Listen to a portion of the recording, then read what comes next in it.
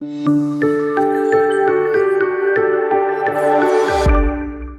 and welcome to Amrita IS Academy.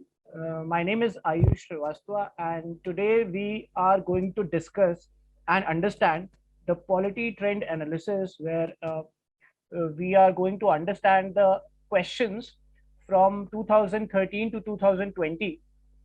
And in these questions, my purpose is to give you an idea that firstly understanding the what is the syllabus of polity and constitution. So we will have the understanding about the syllabus and which are the topics which are important. So I'm going to tell you about the topics which are important. Then we will understand one by one the questions that UPSC has asked during the process from 2013 to 2020, and we will try to link those questions with the syllabus. I'll tell you a little bit more about that. If this topic is mentioned, then what are the other areas that you need to touch upon by yourself in this preparation? And thirdly and lastly, we will understand that also that what is required to score good marks in polity and constitution answers. So I'll tell you a little bit idea that how you should start writing answers, because now it is very important time from this prelims to mains phase that you should start answer writing, and you should show your answers to your mentor and your faculty and try to improve your answers with time as well. So let's start with looking at it, that how we gonna do that.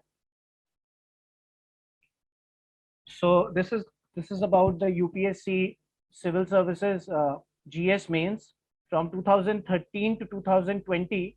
So 2013 to 2020, 8 years trend analysis. So ultimately, the understanding is that what is the syllabus, and the questions are coming from which part of the syllabus.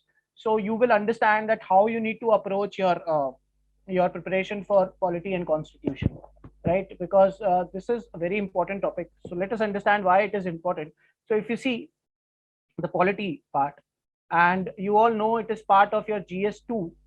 GS2, if you see the syllabus of GS2, there is polity and constitution, there is governance, there is social justice, and there is also international relations as well. So if you see the trend from 2013 to 2020, that from 2013 to 2020, that the questions came, so till 2017, I would say till 2017, the questions were 20 questions of 12.5 marker, 20 questions of 12.5 marker. However, from 2017 onwards, the UPSC started asking about 10 questions of 10 marker and 10 questions of 15 marker.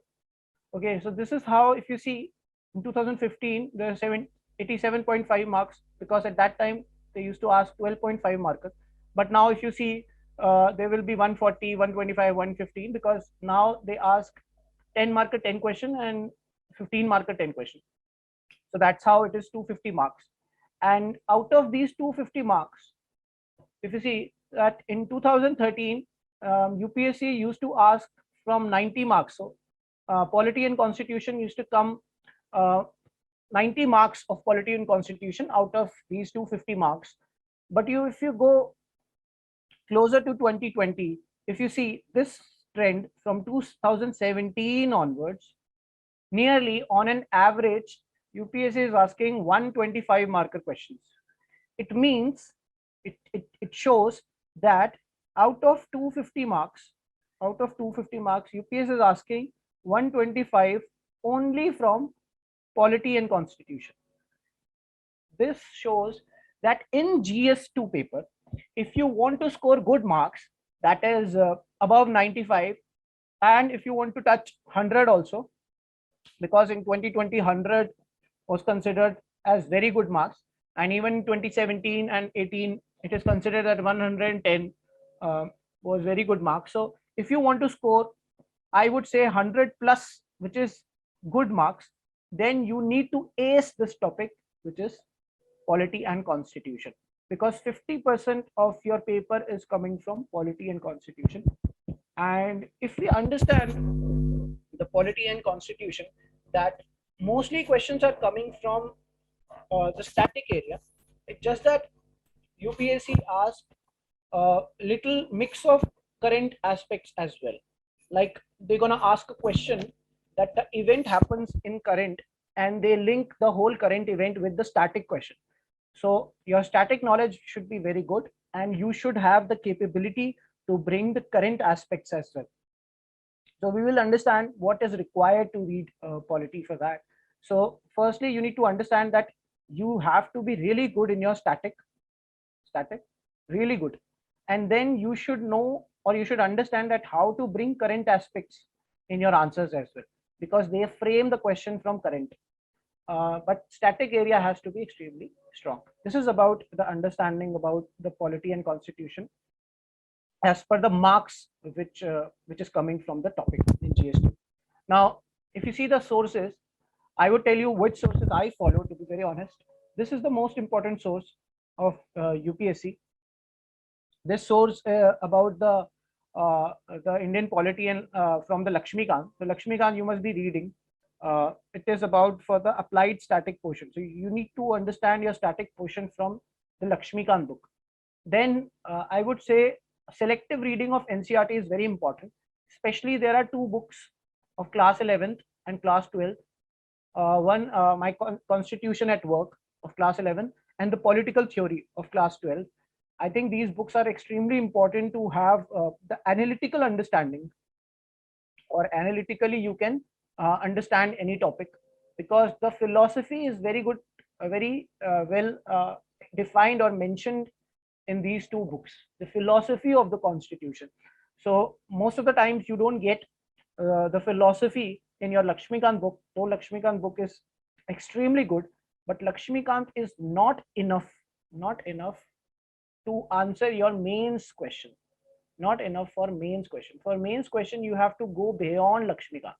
I'll show you the questions as well. I think this book I have not read, to be very honest, in depth, but this book is also considered. These two books are also considered extremely useful, extremely useful. And Introduction to the Constitution of India by D.D. Basu. I have not read it, but few of my friends have read it, and they said that they really like this book. And Our Parliament by Subhash Kashyap. So I think if you read the Parliament chapter properly in Lakshmikant, and if you follow the parliamentary sessions, how Parliament functions, then you are good enough to answer the Parliament related answers as well. But this book is very holistically providing you the details of the Parliament as well. So these two books I have not read it. So these two sources are extremely important for your static part.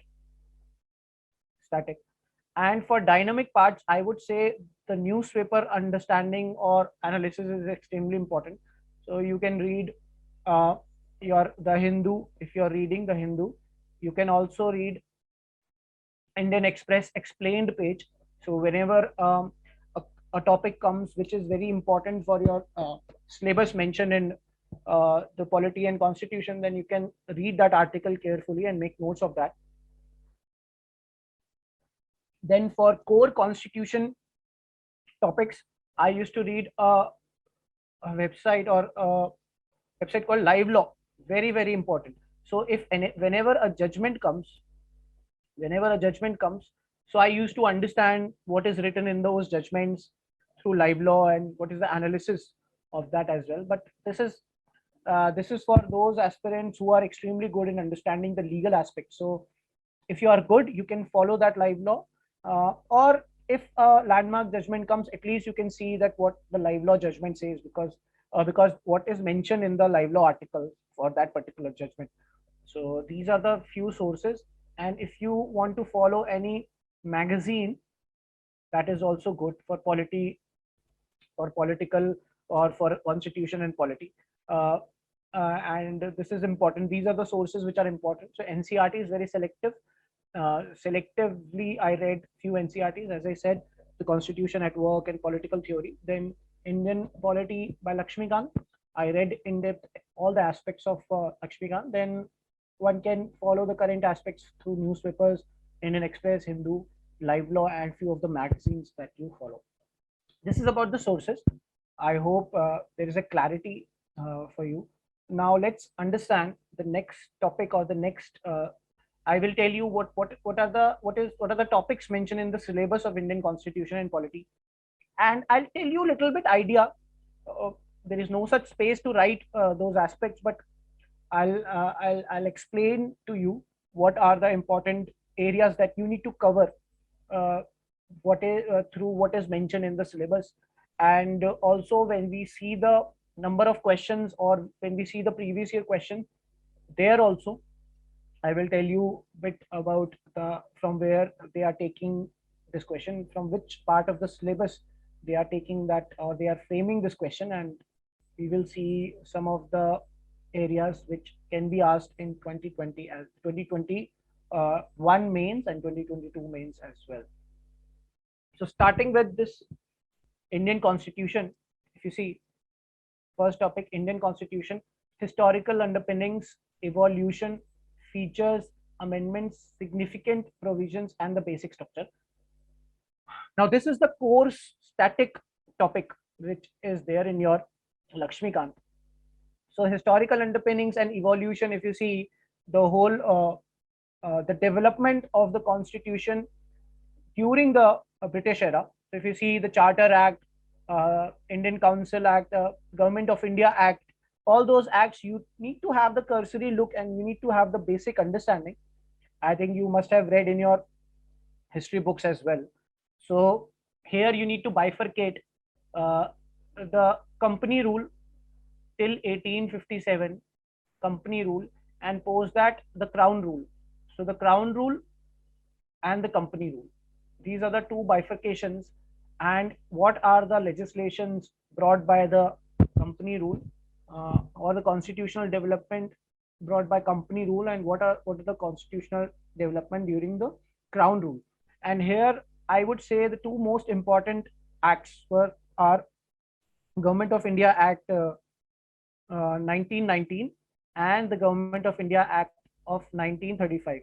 So make sure you read and compare these two acts, and also you should have the basic understanding that how these acts helped in the development of the Indian Constitution, which is presently we are we have the Constitution, right? Then then important area is the features of the Indian Constitution. So here you must have read, or you must be reading uh, the chapter called Salient Features of the Indian Constitution. So there are several salient features of the Indian Constitution, but I think primarily, or there are few important areas. One is the federation. India has a federal polity with unitary understanding. Secondly, India follow a separation of powers, but there are checks and balances. Thirdly, India has the parliamentary form of government, and there are other important provisions as well. Like India has a independent judiciary, to be very honest. So these are the few features that you should read. Federal provision extremely important, and separation of powers. We expect questions every year from these two features. Okay, so this is another area. Then amendment of the Indian Constitution. So you should read about what is the source from which the power of amendment comes from. That is Article 368. Then you should understand that how amendment process happens in India, the rigidity and the flexibility in the Constitution. Then you should also understand what were the basic amendments, or the important amendments happened.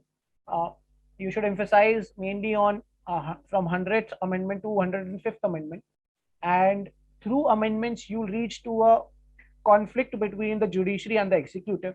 I think that you must have read also the conflict that created through amendments and the fundamental rights and the DPSP.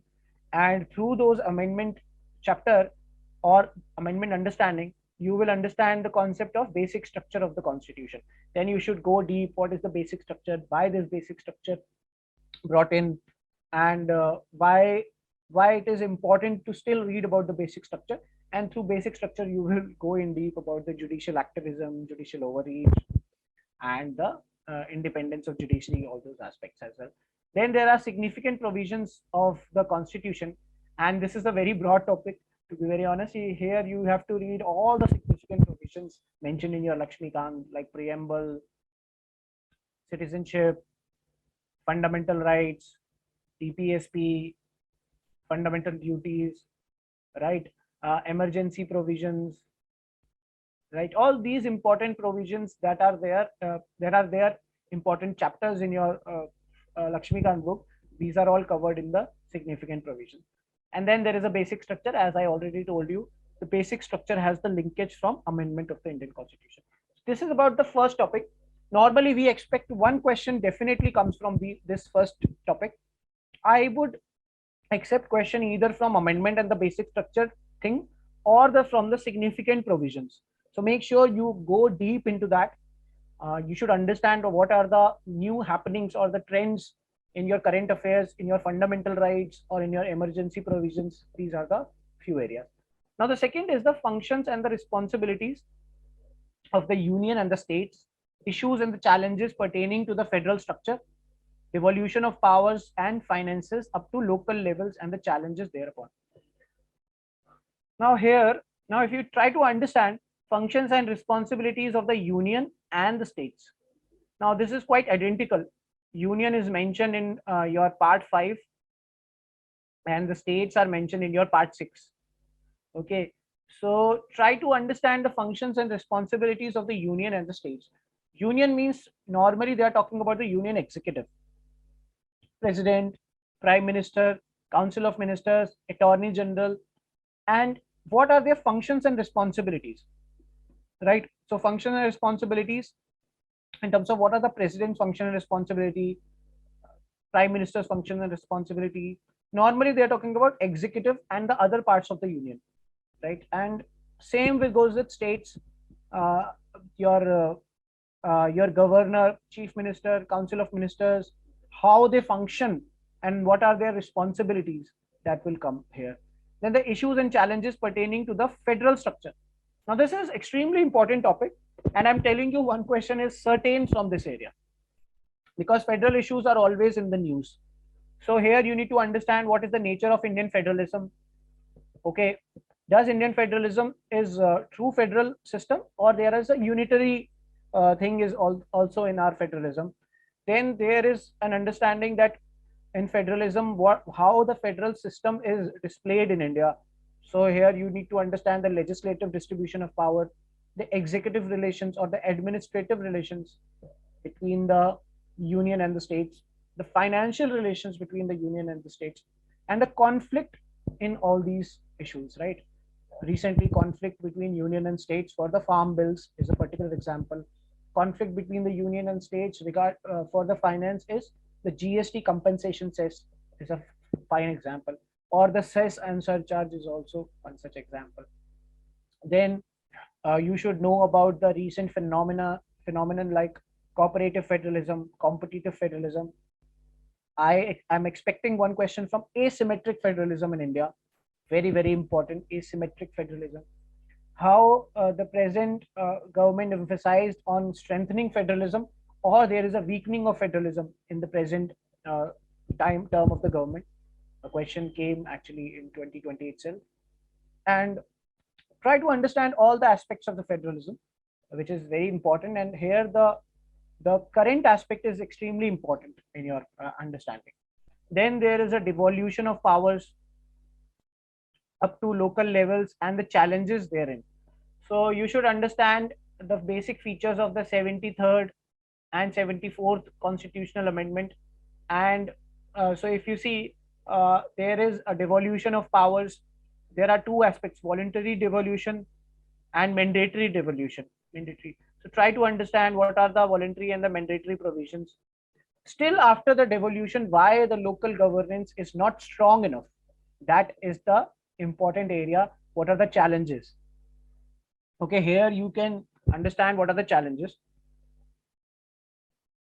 And normally the challenges comes with funds, functions, and the functionaries. So why local governance is still not strong? What more can be done to strengthen the local governance? So here I would say emphasize more on the way forward. and there is a second ARC. If you can find the summary of the second ARC, which is on the local governance, that is very, very important. You'll get all your solutions from that summary itself of second ARC. Okay. Third is the topic called comparison of the Indian constitution scheme with other countries. Now, this is a very broad topic, and normally it is very difficult to target this topic because there are different countries. We have opted some provisions from US, UK, France, Germany, USSR. There are so many countries, and there is no surety what kind of questions they can ask. And there is no surety if that question is going to come as well. So there is a very less return on investment in this topic. But I would say that what you need to do is you can do US and UK and tackle three aspects here. What are the difference between US and India, and what are the difference between UK and India in three aspects.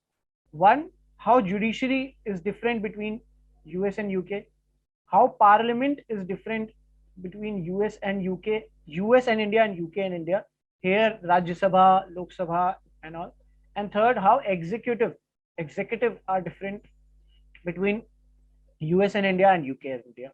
So these are the three aspects that you should emphasize. Through that, you can answer every question. So this is what the understanding.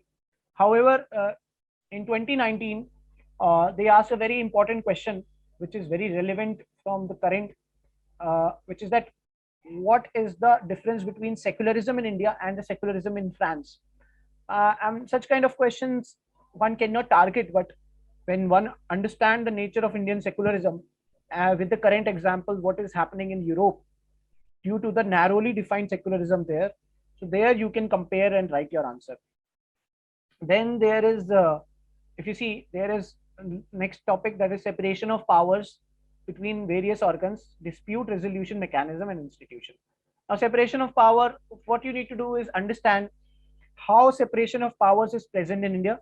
So there are various articles that display separation of powers. Then separation of powers is the basic structure of the constitution, which are those judgments. Then where there are checks and balances in India, there are various checks and balances where there are no separation of power. However, there is a limited government. There is a checks on the separation of powers.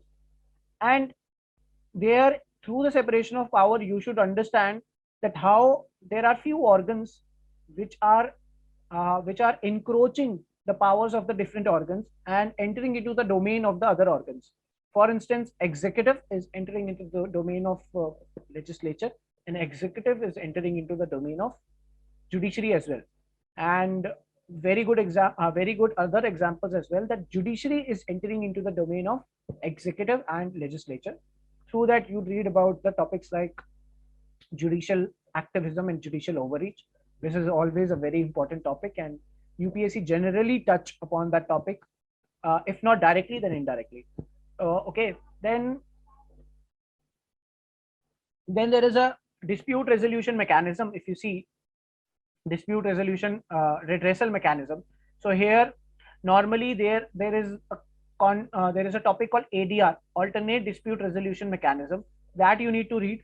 There are different resolution mechanism like mediation, negotiation, conciliation, and the most important is Lok Adalat.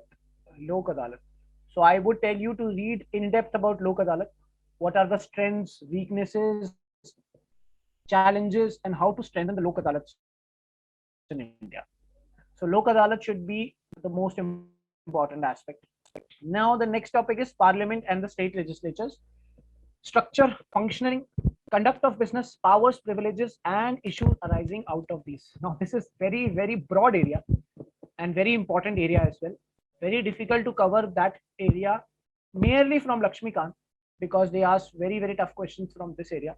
So here, for Parliament and the state legislature, you need to understand the structure. So you know that your structure would be Lok Sabha, Rajya Sabha, and President. So you need to understand, this is for the Parliament, and for state legislature as well, the state legislative assembly, council, and the governor. So you need to understand in depth about the Rajya Sabha. What is Rajya Sabha? How Rajya Sabha? What is the difference between Lok Sabha and Rajya Sabha? What are the weaknesses and challenges of Rajya Sabha? How to strengthen Rajya Sabha? Okay, the powers of Rajya Sabha when they have more power than Lok Sabha. The instances where Rajya Sabha have less power than Lok Sabha, it's example money bill and all. How the president exercises power in the parliamentary affairs, veto power, and power of the president to assent a bill, and these are the all areas. Then compare Rajya Sabha with Legislative Council. What are the Legislative Council? How to establish and dissolve Legislative Council. Uh, in comparison of Rajya Sabha with the Senate of USA is also very important topic. So these are the structural areas that we need to understand. Now, the functioning is also very important. So in functioning, you need to understand how the lawmaking process happens. Okay, like simple law, constitutional amendment bill. These are the ordinary laws, constitutional amendment bills as well. So these are the things. What is the simple majority, special majority, right?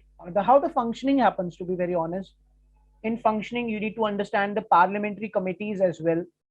So in parliamentary committees, what are the weaknesses of parliamentary committees? How many bills are not sent to parliamentary committees, and how to strengthen parliamentary committees. So for all these topics, there is a Venkat Chalaiya Commission, which have its recommendation for all the topics, very important for you. And also you should in three parliamentary committees, I would tell you to read more about the Public Accounts Committee, Estimate Committee, and Committee on Public Undertakings. These are the three important committees. Okay, and then how in the functioning there is anti-defection law comes into picture. How anti-defection law restricts the freedom of speech and expression. What are the advantages and the challenges of anti-defection law, and how now there is a trend that various political parties are misusing, or they are finding the vacuums of anti-defection law. Another important topic.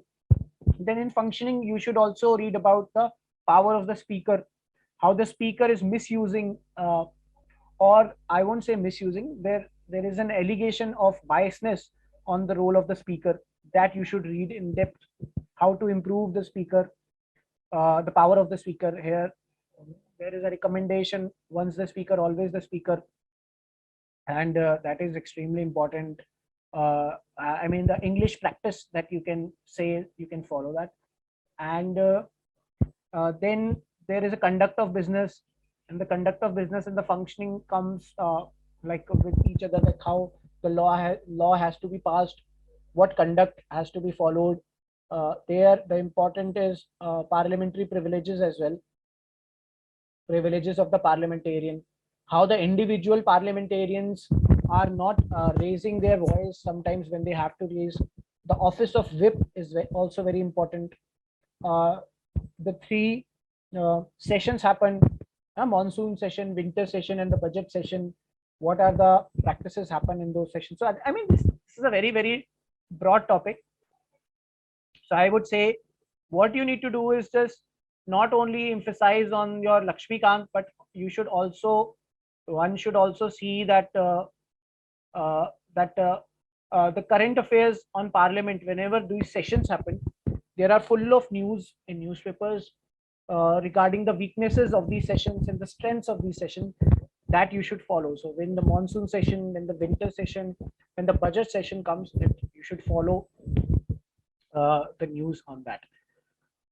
Okay, so this is a very broad topic. Then the next topic is the appointment to various constitutional posts, powers, function, and the responsibility of various constitutional bodies. Now this is easy topic. Now there are several constitutional bodies. For instance, Election Commission of India, Comptroller and Auditor General, Finance Commission, National Commission for Scheduled Caste, National Commission for Scheduled Tribes, now a National Commission for Backward Class as well. Okay, I think there are various constitutional bodies. So you should emphasize on these constitutional bodies, how appointment happens, What are the powers and the functions and the responsibilities of these bodies? I would say that these two bodies are extremely important, and also UPSC also, because there are enough scope to, or there are challenges in these two bodies, weaknesses in these two bodies, and there is enough scope to improve these bodies. And here the UPSC normally asks question, and this is the favorite topic of the UPSC, Election Commission of India. Okay, and through that, electoral reforms are also an important topic. So I would say that emphasize on these bodies, and here ECA and CAG is the most important, and Finance Commission also, whenever the Finance Commission recommendation comes. So these are the few bodies that you should read. Then the next topic is structure, organization and functioning of the executive and the judicial ministries and departments of the government, pressure groups and formal and informal organization association and their role in the polity. Structure, organization and functioning of executive and judicial. Okay, so here you should understand, as you already did, the president, prime minister, the council of ministers, same with governor, chief minister, council of minister. What are the issues between the president and the prime minister? Is the president only a rubber stamp in India? What are the powers of the president? So here all those important aspects like the veto power, ordinance making power, all those things come into picture. How the functioning happens for executive. Same goes with governor. The relation between governor and chief minister. What are the powers of the governor? What are the discretionary powers of the governor? Comparison between the governor and the president. Do governors have more powers than the president or not? Talking about the discretionary powers. So this is about the executive. Go in depth about executive, especially about the powers of governor and the president. Very important, these two topics. Then the judiciary, and judiciary is very important. You should understand the appointment of the judges, the collegium system, very important, expected question. Removal of judges. You should understand about the jurisdiction of the judiciary, Supreme Court and the High Court, original jurisdiction, advisory jurisdiction, appellate jurisdiction, and your article 136 and 137 as well, special leave petition and the review petition as well. And then you should also understand with judiciary important topics like judicial activism and judicial overreach, judicial accountability, judicial independence. These are the important topics which UPSC is always on the radar of the UPSC. And then ministries and the departments of the government. These are not that important. You should read a little bit about which are the departments and ministries. Here also there is a committee, there is a report of ARC which is important. And the pressure groups, informal association and the role. This is an easy topic if you have the content. So go for the content, that what are the pressure groups, what are the formal and informal associations, and what are the weaknesses of pressure groups, strengths of the pressure group, and what is the way forward about the pressure groups. So this is a broad topic, but I think this is the most important and difficult topic. Then the salient features of the Representation of People Act. Here that is also a very big topic because there are two acts, 1950 and 1951 Representation of People Act. Here the most important is qualification of and the disqualification of the members of your parliament. So that is important, qualification and disqualification. And also you can read about the electoral reforms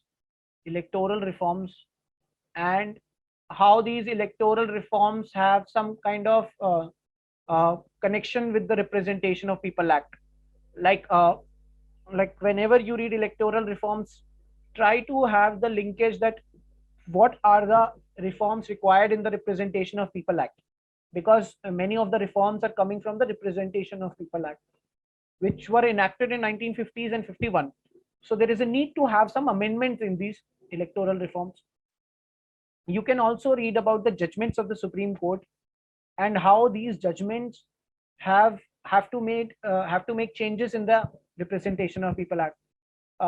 Similarly, the process of there are different procedures mentioned in the Representation of People Act. I would say 1951 Act is important, so you should see the index and then you should approach your questions as well. Then the government policies, interventions for development in various sector issues arising out of the design and the implementation. This is an easy topic. So you see the government policies for health, government policies for education, okay, government policies for malnutrition, government policies for poverty, different government policies, right? Government policies for finance and everything. And what are their issues and challenges in their design and implementation? Here, I used to read about the success example of Swachh Bharat Abhiyan, and I used to write the same sort of success in other schemes as well.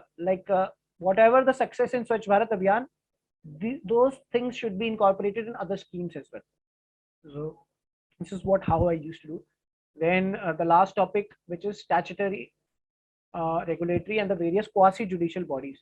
So statutory through the legislations, which are the bodies created by legislation. Let's say CIC through RTI Act, right? CVC.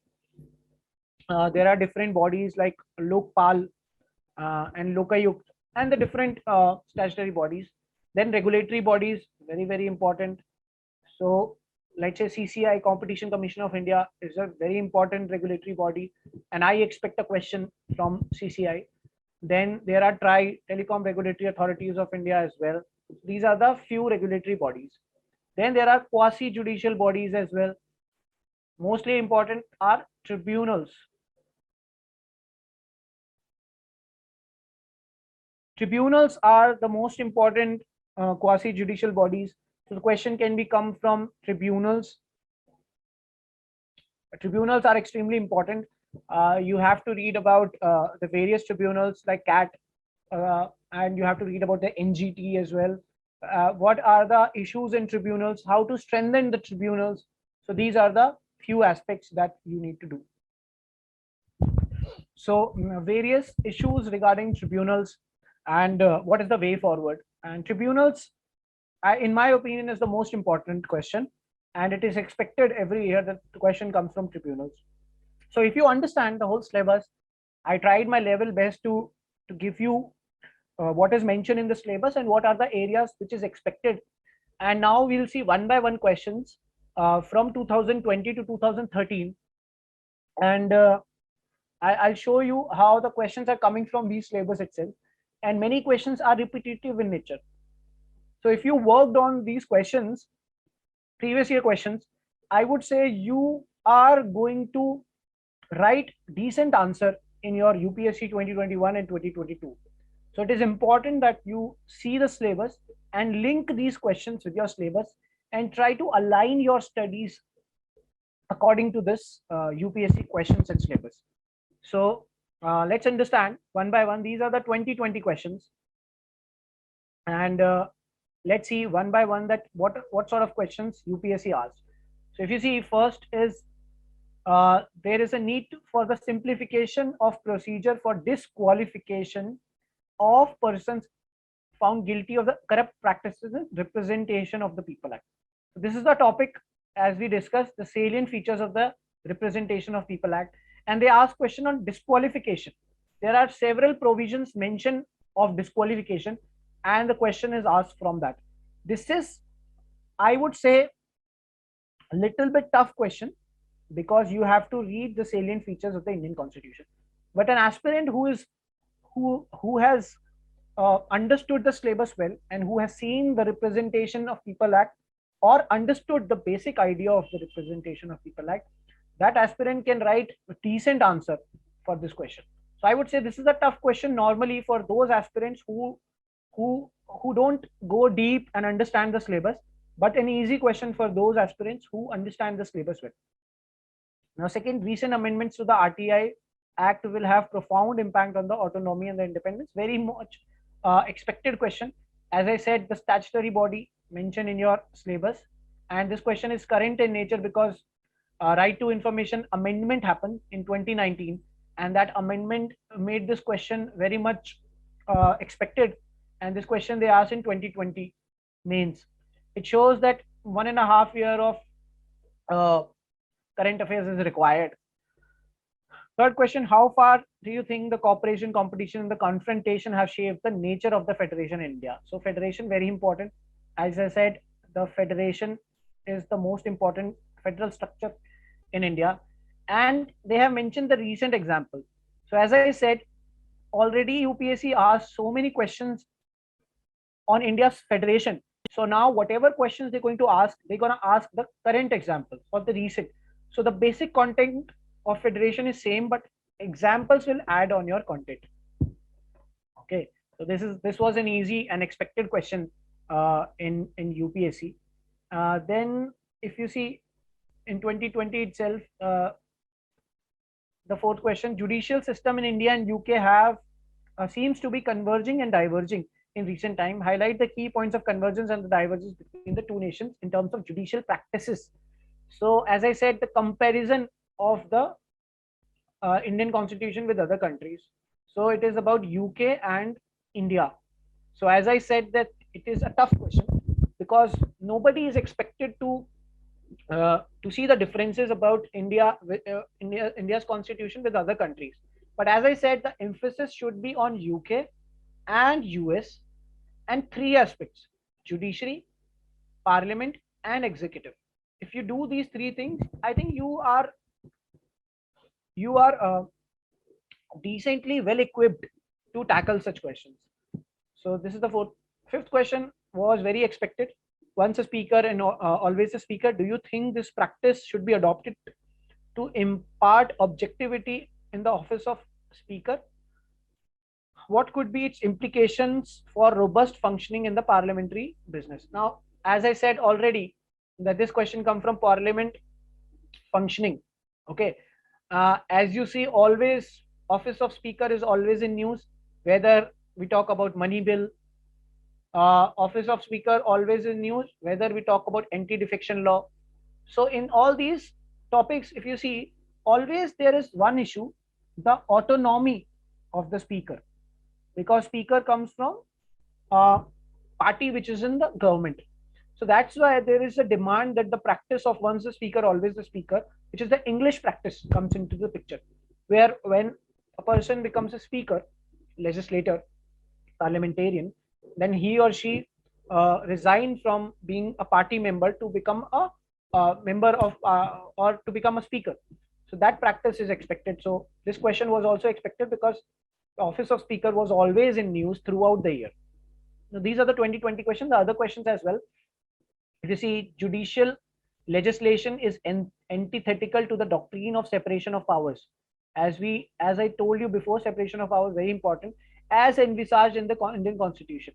In this context, justify the filing of large numbers of public interest litigation, PILs, public interest litigation, for issuing guidelines of to executive.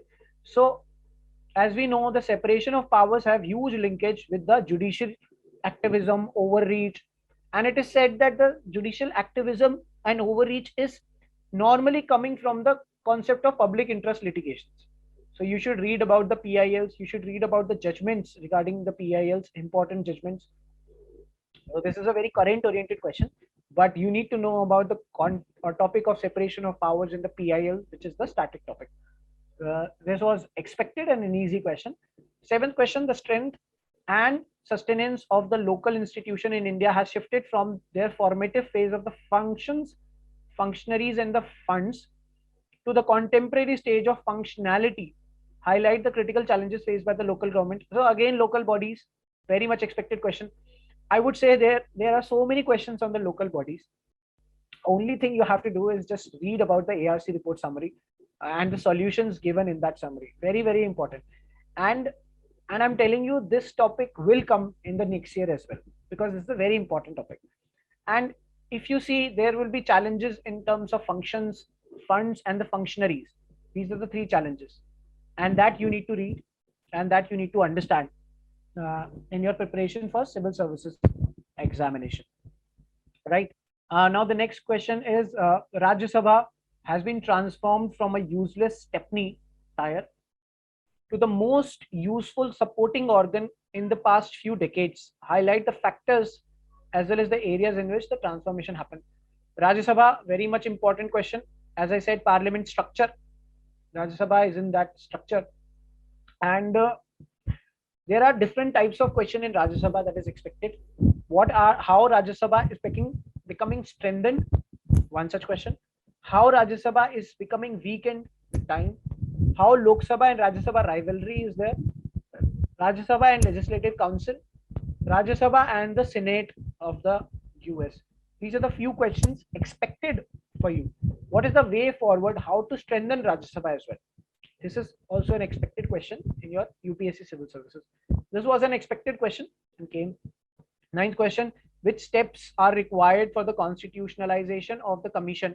Do you think imparting constitutionality of the National Commission for Women would ensure greater gender justice? Yes, very much important. As I said, constitutional bodies and statutory bodies, very, very important question.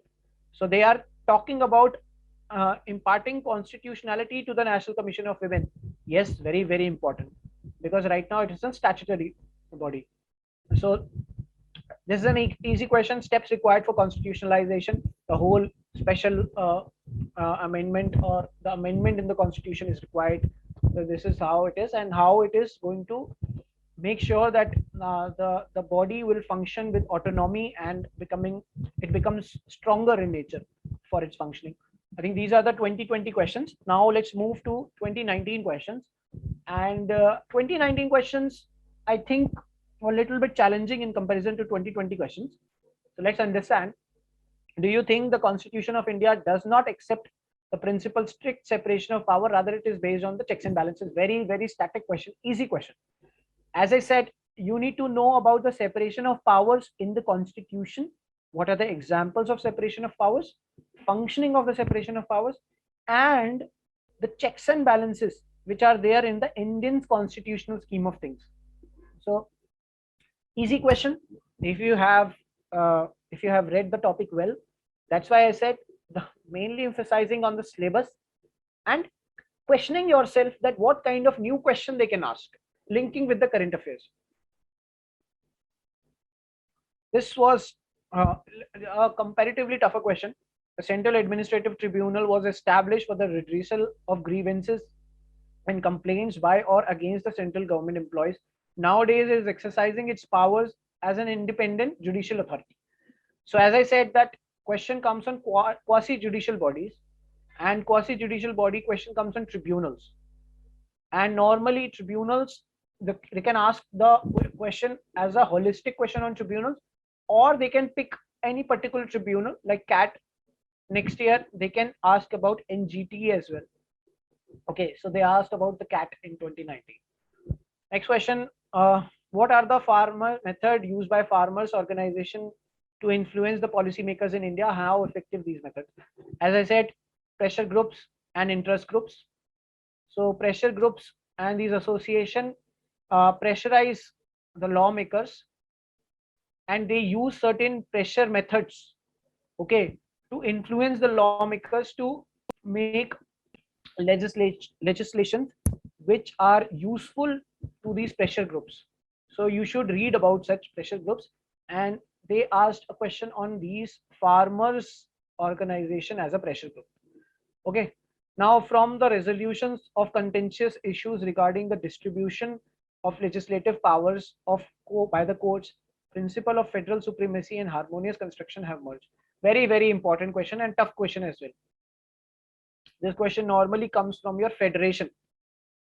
Okay, in federation, if you see, there is a distribution of legislative powers from articles 245 to 254, and that question comes from this area. The principle of federal supremacy and harmonious construction have merged. So you need to show these examples and how these things have merged. Tough question, I would say, for normal aspirants preparing with polity in comparison to or in alignment with GS.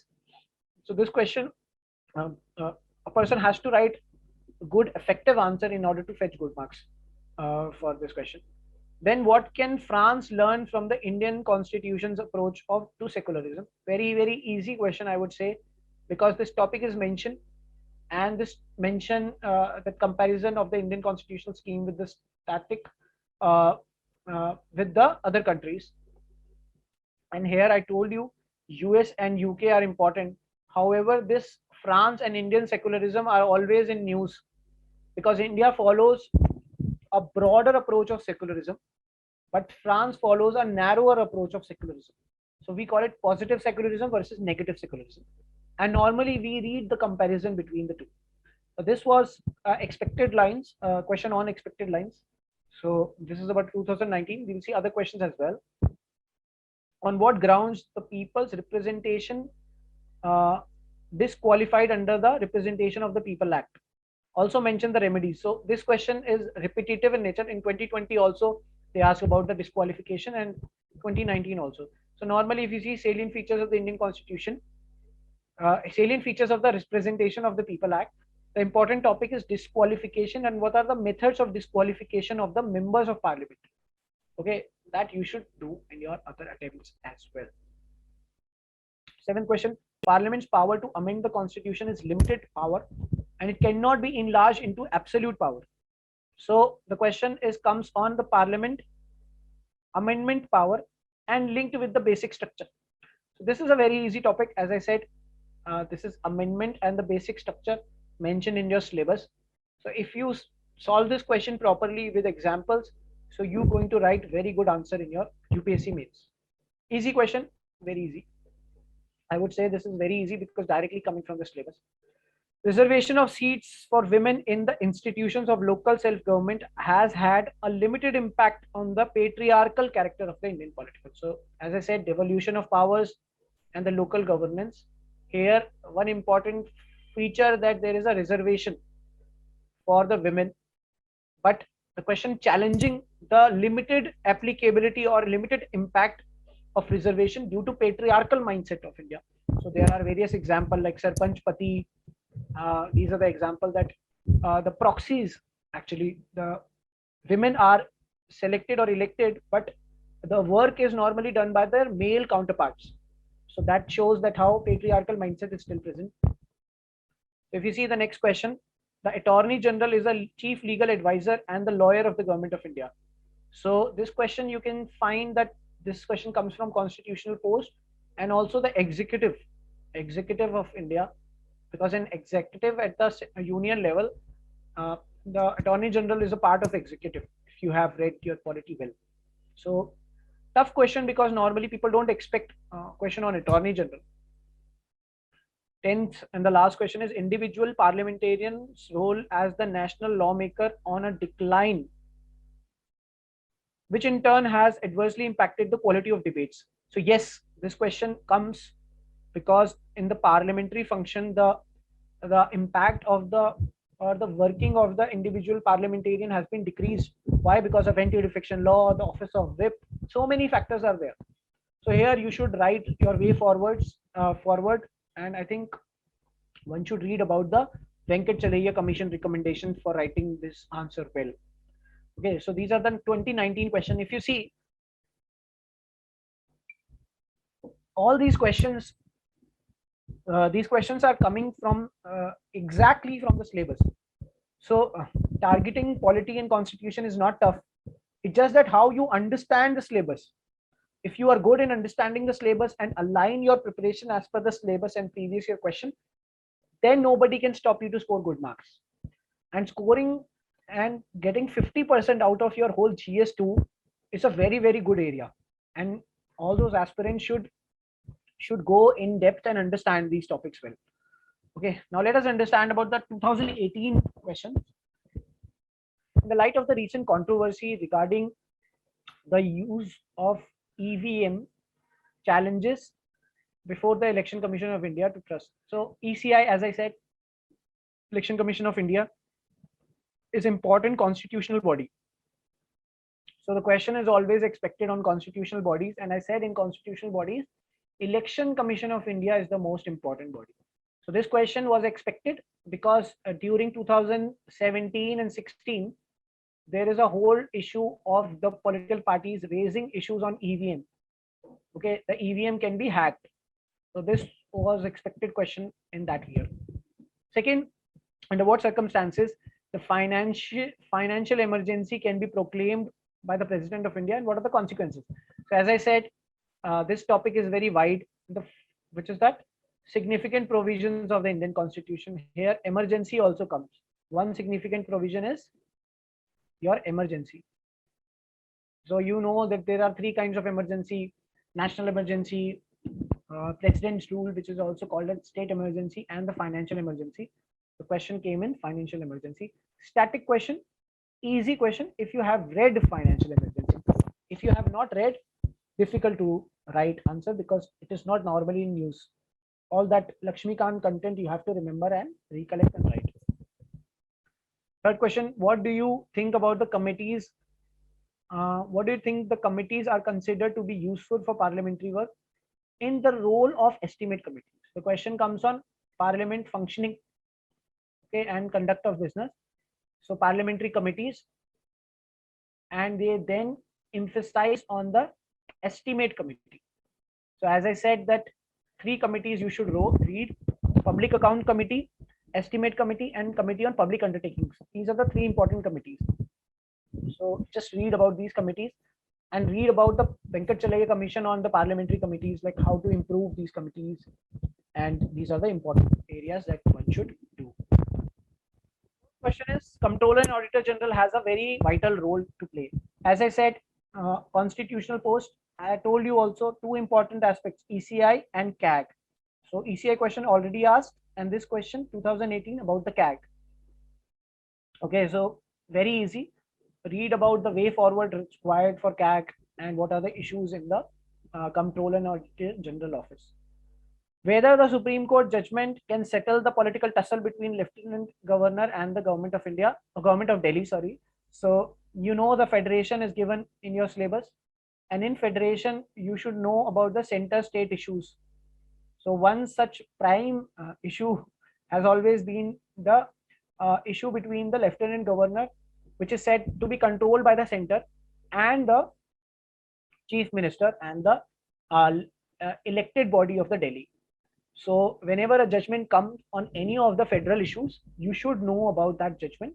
A question can be directly asked on the judgment as well. And this is the prime example. This is a tough question, but this is a current question, properly current question. Okay, very important question, but difficult question to remember and recollect in the examination hall. I myself have written this paper, so I knew when I was writing this question, it was very tough to recollect the exact judgment. So one should make notes, which is very important here. Then next question is, if you see, how far do you agree view of tribunals curtail the jurisdiction of ordinary courts? In the above, in the view of the discuss the constitutional validity and the competence of the tribunals. As I said, tribunals very, very important quasi-judicial body. You have to read tribunals in depth. They're gonna ask tribunals again in your 2021 and 2022. India and USA are two large democracies. Examine the basic tenets on which the two political systems are based. As I said, comparison. Two important comparison: US and India and UK and India, and you can solve all the question. Easy question, very easy question. There are so many areas: separation of powers, parliamentary form, presidential form. There's so many differences, and that need to be understood. How is Finance Commission India is constituted, and do you know the terms of reference of the recent constitution? That was very important question because it was always in news. Finance Commission is constitutional body, so that was in news in 2017-18 because of the terms of reference brought by the Finance Commission, and because of those terms and reference, there was some kind of debate between northern states and the southern states. So that question was expected and asked. Assess the importance of panchayat system in India as a part of the local government. Apart from the government grants and the sources of the panchayats can look out for financing development projects. So panchayat system, as I said, local body is important. You have to just complete this topic, and one question is certain. This is what the importance of these topic. Now the next question, 2017, if you see, That year, a lot of polity questions asked. So the local self-government in India has not proved to be effective instrument of governance. Critically examined. Again, as I said, local bodies, and I wrote a lot of recommendations from the second ARC. As I said, second ARC on local government. Very, very important. Local governance. Easy, very, very easy question if you have read the this chapter and this topic very well. Now, critically examine the Supreme Court judgment in National Judicial Appointment Commission 2014 with reference to the appointment of judges. So very, very important whole NJAC and the dispute and the debate on the whole collegium system. This was in news from 2014 till 2017, and this question asked in 2017. So this topic comes from judiciary and the separation of powers as well. Third question is simultaneous election in Lok Sabha and Rajya Sabha will limit the amount of time and the money spent on electioneering, but it will reduce the government's accountability to the people. So the whole topic of simultaneous election was in news because of the parliament and the state legislature functioning, and either the honorable prime minister raised that issue that he wants simultaneous elections to happen, and there were a lot of recommendations from different committees that what are the advantages and the disadvantages of simultaneous election, and the question directly asked about simultaneous election. Very, very easy question that year. How do pressure groups influence Indian political system? Do you agree with the view that the informal pressure groups have emerged as powerful than the formal pressure groups? Yes. So pressure groups, as I said, important topic. And if you see the changing nature of pressure groups, previously the formal pressure groups like FICCI, RSS, and all those pressure groups, they influence a lot on the parliamentary lawmaking. However, there are the upcoming of new informal pressure groups. If you see a lot of farmer informal pressure groups in this recent farmer agitations, India against corruption informal pressure group happened that influenced your Lokpal bill. So these are the important pressure groups that you need to read and how they impact on the parliamentary functioning. Very easy question. An individual who has read this pressure group, understood the pressure group, he or she can easily write this answer well. Examine the scope of the fundamental rights. So question easy on fundamental rights. And as I said, the topic is significant provisions of the Indian Constitution. FRs is one such example. Indian Constitution has provisions for holding joint sessions for the two houses of the parliament. Enumerate the occasions when this would normally happen and also the occasion when it cannot. So this is again parliament and the state functioning. Okay. And one such example here is deadlock.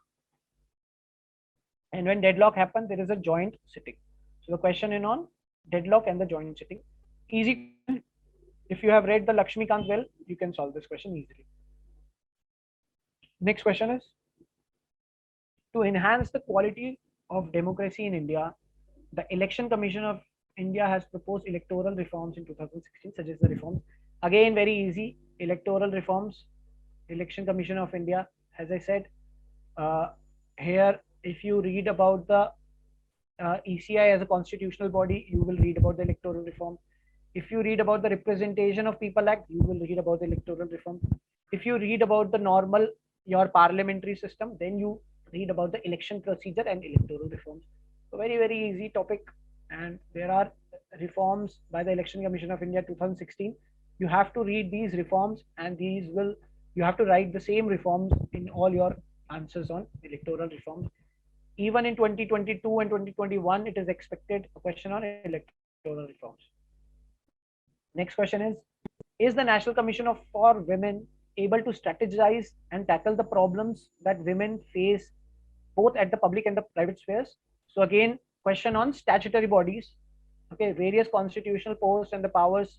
So National Commission of Women is important body, and you need to read about the National Commission of Women. So you need to read about National Commission of Scheduled Caste, National Commission of Scheduled Tribe, okay,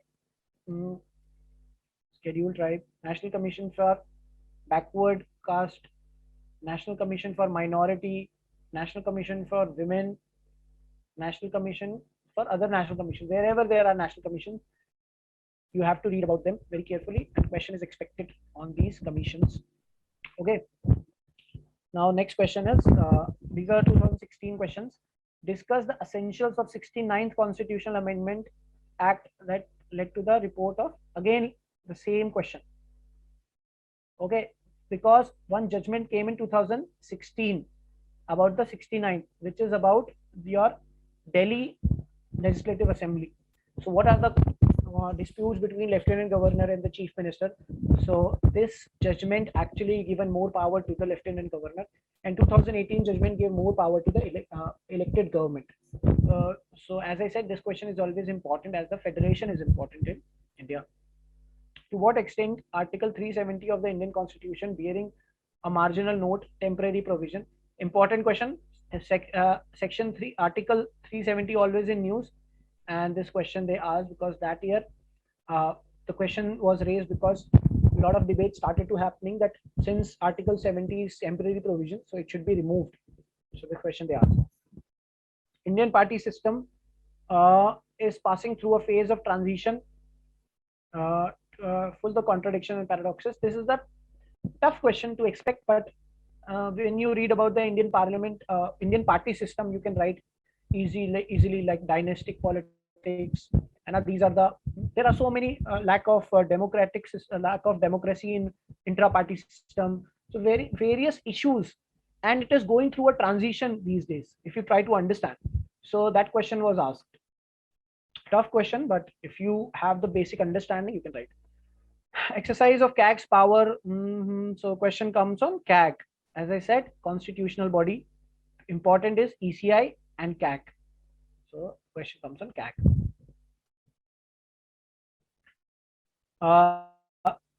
Discuss the each adjective of the word republic in the preamble. So if you know the preamble well, we the people of India having solemnly resolved to constitute India into a democratic, socialist, secular, right? There are 5 words which are written, which are these adjectives mentioned along with republic.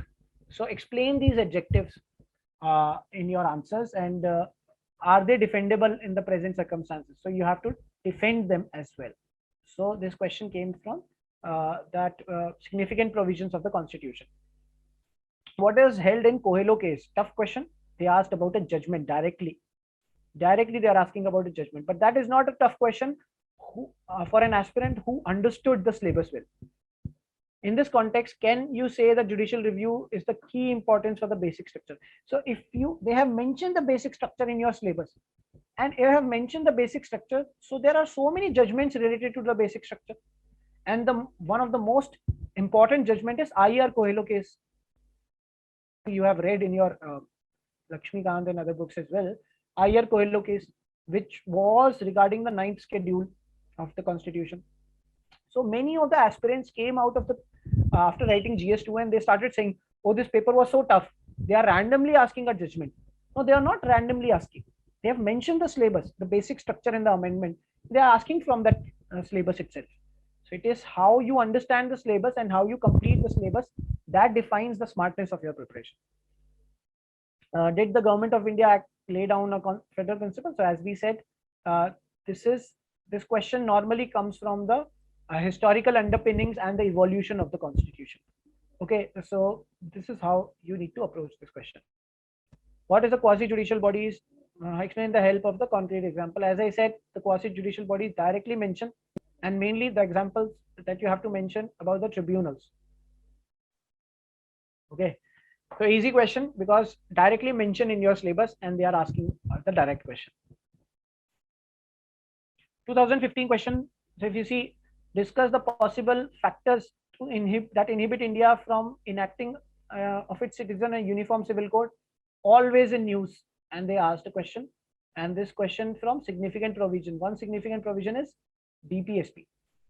I think this topic is tough because you have to do the whole Constitution, FR, DPSP, fundamental duty.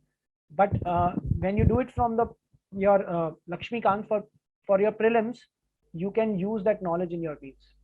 Okay, so static, dynamic in nature. The concept of cooperative federalism has been increasingly emphasized in the recent year. Again, the cooperative federalism. So the question comes from federalism, and as I said, cooperative and the competitive federalism always in use. In the absence of well-educated and organized local level government system, panchayats and samitis. So again, the local bodies. Question comes on local bodies. Simply, you have to do local bodies once holistically, and you can write all the questions. Khap panchayats have been in the news, functioning as extra constitutional authorities, often delivering pronouncement and amounting to human rights violation, critically taken the legislative, executive, and so this is, if you see, that question came on Khap Panchayat because that was in news those days. Always Khap Panchayat, and how Khap Panchayat taking over the power of the legislative body, like they are pronouncing themselves. They have legislative, executive, and the judicial, which is wrong. And there were several judgments that Khap Panchayats are unconstitutional in nature. So that's why the question comes, because Khap Panchayats play a very significant role in village level, and they pronouncing judgments on their own without following the Supreme Court judgment. So that was in news that year. Resorting to the ordinances has always raised concern on the violation of the spirit of separation of power. Again, separation of powers, while noting the rationales justifying the power. So ordinance making power of the president, very, very important. President's power, one such power is ordinance making power. Ordinance making power goes against the spirit of separation of power, because separation of power says that the legislative power is with parliament, but ordinance is same as the law, but it is promulgated by the president. So that is why the whole separation of power come into picture with ordinance. Easy question, but you need to understand properly. What are the major changes brought in the Arbitration and Conciliation Act through the recent ordinance promulgated by the president? Again, the ordinance, and they have linked with this dispute resolution mechanism. A very, very current question, because in 2015 an ordinance was brought in order to amend some of the provision of 1996 Act. So that's why this is a tough question and very, very dynamic in nature. Does the right to clean environment entail legal regulation burning crackers as a Diwali? So again, Article 21, fundamental rights and significant provisions. And as I said, all that fundamental rights questions are coming, which are only current in nature, dynamic in nature. This question. For achieving the desired objectives, it is necessary to ensure that the regulatory institutions remain independent and autonomous. So again, the question comes from regulatory bodies. So easy question if you have read regulatory bodies well. So this shows that your understanding about the syllabus has to be very good. Now let's go to quickly wind up 2014 and 13 questions, because my purpose is to show you that how questions are coming from the syllabus itself. Okay, so starting from inventing the basic structure doctrine, judiciary has played a highly proactive role in ensuring that India develops a thriving democracy. Simply the basic structure question. Okay, in the light role played by judicial activism. So how the basic structure doctrine goes against the separation of powers, or the topic of separation of power and judicial activism, mixed up these topics, right? Through the federal principal domain in our constitution, that the principle of its own features is one of its features, but it is equally true the federalism under the Indian constitution in the favor of strong center, a feature that militates against a strong federalism. Again, the federalism related questions, as I told you, go deep on federalism. What is the nature of Indian federalism? Unitary provisions, right? Is it a true federalism or not? What is Supreme Court view on federalism? Very, very important topic. Okay, so regarding this, now this is again 2014. Again, see, if you see the powers, privileges, and the immunities of the Article 105. So the privileges, parliamentary privileges. The topic is from the parliamentary privileges. Easy topic. Just see the privileges, challenges, and the weaknesses of the privileges, and what should be the way forward. Easy question. What do you understand by the freedom of speech and expression? Does it cover hate speech? What do the films are? So this is because that was there in the news. So if you see significant provision, fundamental rights, important fundamental right is freedom of speech and expression in Article 19, and link with the hate speech. So that shows the importance of current affairs. Instances of president delay in commuting death sentences has come to the public debate, denial of justice. So question comes on president's power. One such power is the judicial power, right? The judicial power is that power to pardoning power is the one such judicial power. So this pardoning power comes into the question in this question. A very easy question. If you have read the pardoning power well, and that question comes that how pardoning power uh, on the death sentence came into public debate that year.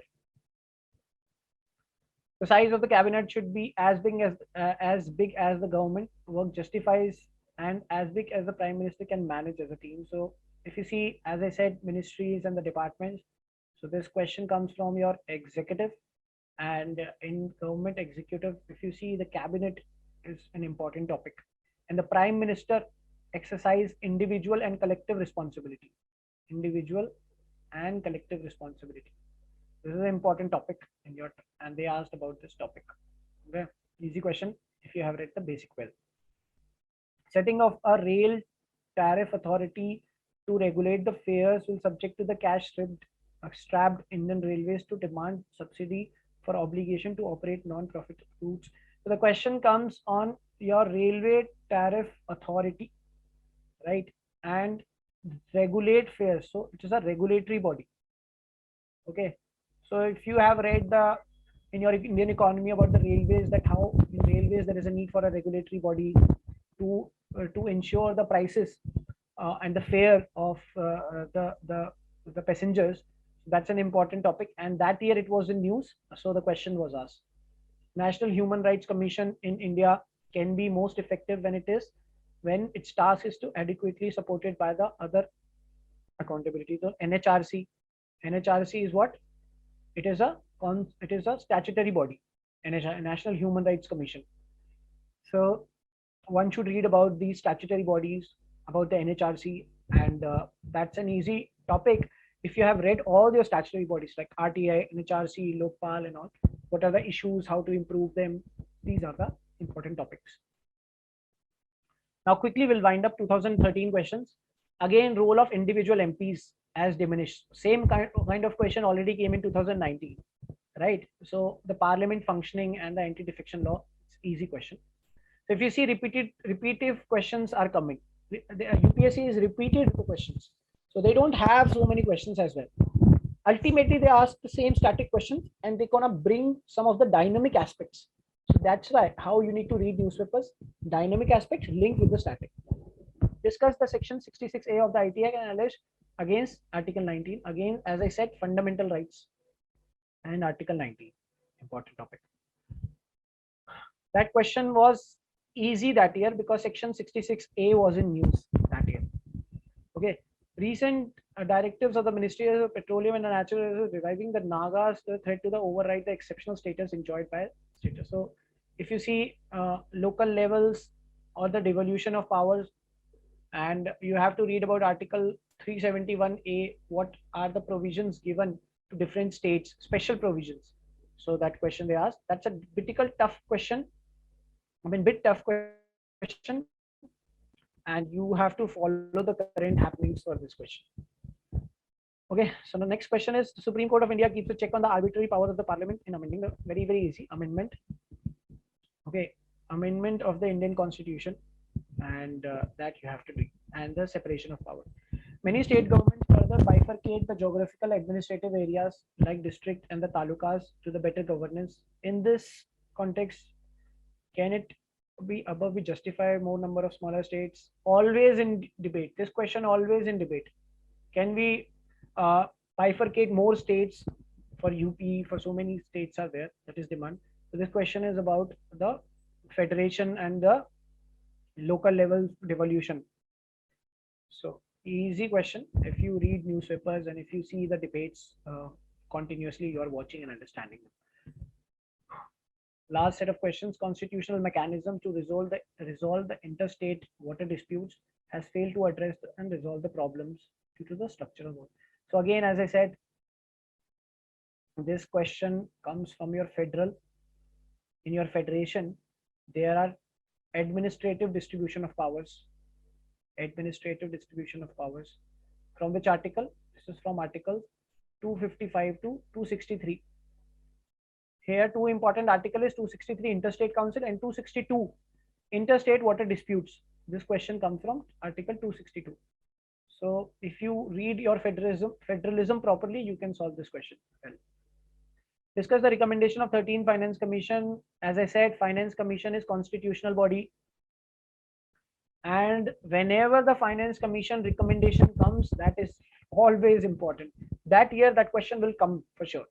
Because normally UPSC asks from constitutional bodies like ECI, CAG. So whenever the Finance Commission comes in news, they have to ask that from that constitutional body. So that's an easy question, expected question that year. The product of diversification of financial institutions and insurance companies resulting in overlapping of the products and services strengthen the case of the merger of regulatory bodies. Easy question that year, current question. The pressure groups politics is sometimes seen as an informal phase of politics. With regards to the above, assess the structure and the functioning of the pressure groups.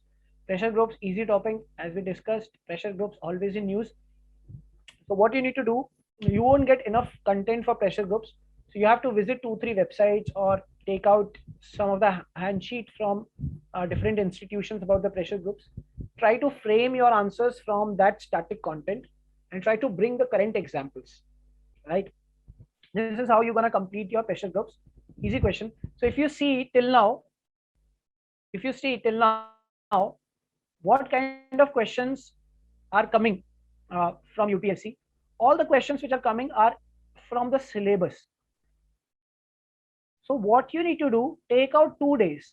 You just need 2 days. What you need to do is just read the syllabus well. I've already done something that I told you the syllabus and broaden the topics which are expected in UPSC. Take the syllabus, understand the syllabus well, solve the previous year questions, at least have basic understanding.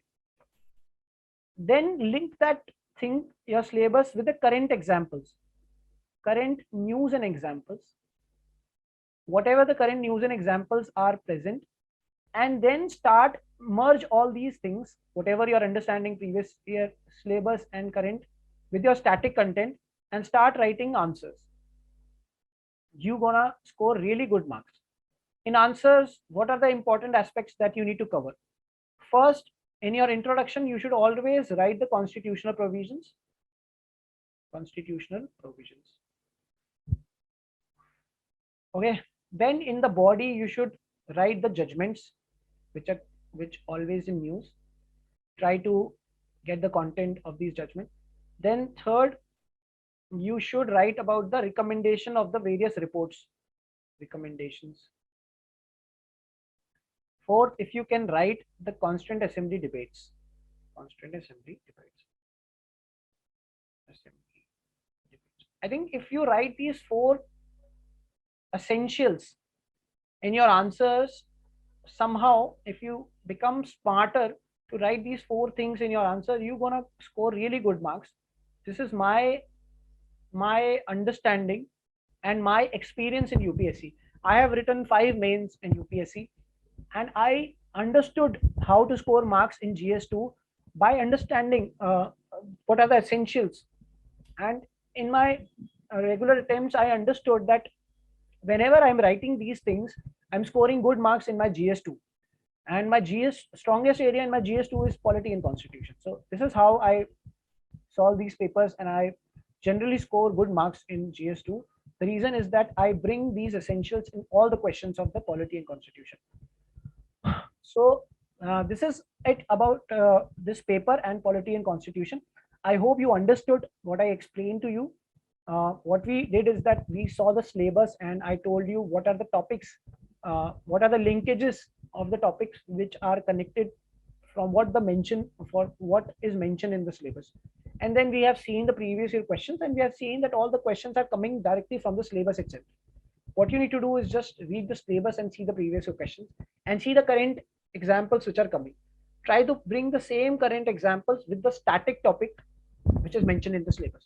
If you do it properly, you're going to score good marks. 100 plus is absolutely achievable in GS2 if you know how to score marks, if you know how to bring these essentials. I hope that was helpful and this session was helpful to you. And I hope you will use this session or you will use this understanding to start writing answers and you can score good marks in GS2. That is it from my side. All the very best for your mains in 2021 and 2022.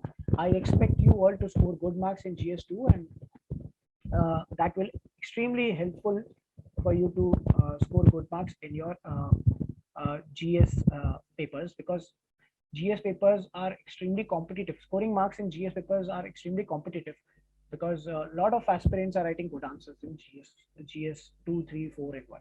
So that is it from my side. I hope it was useful and I wish you all the best. Study hard and keep working hard on your content and on your structuring of answers. Okay, thank you. All the very best.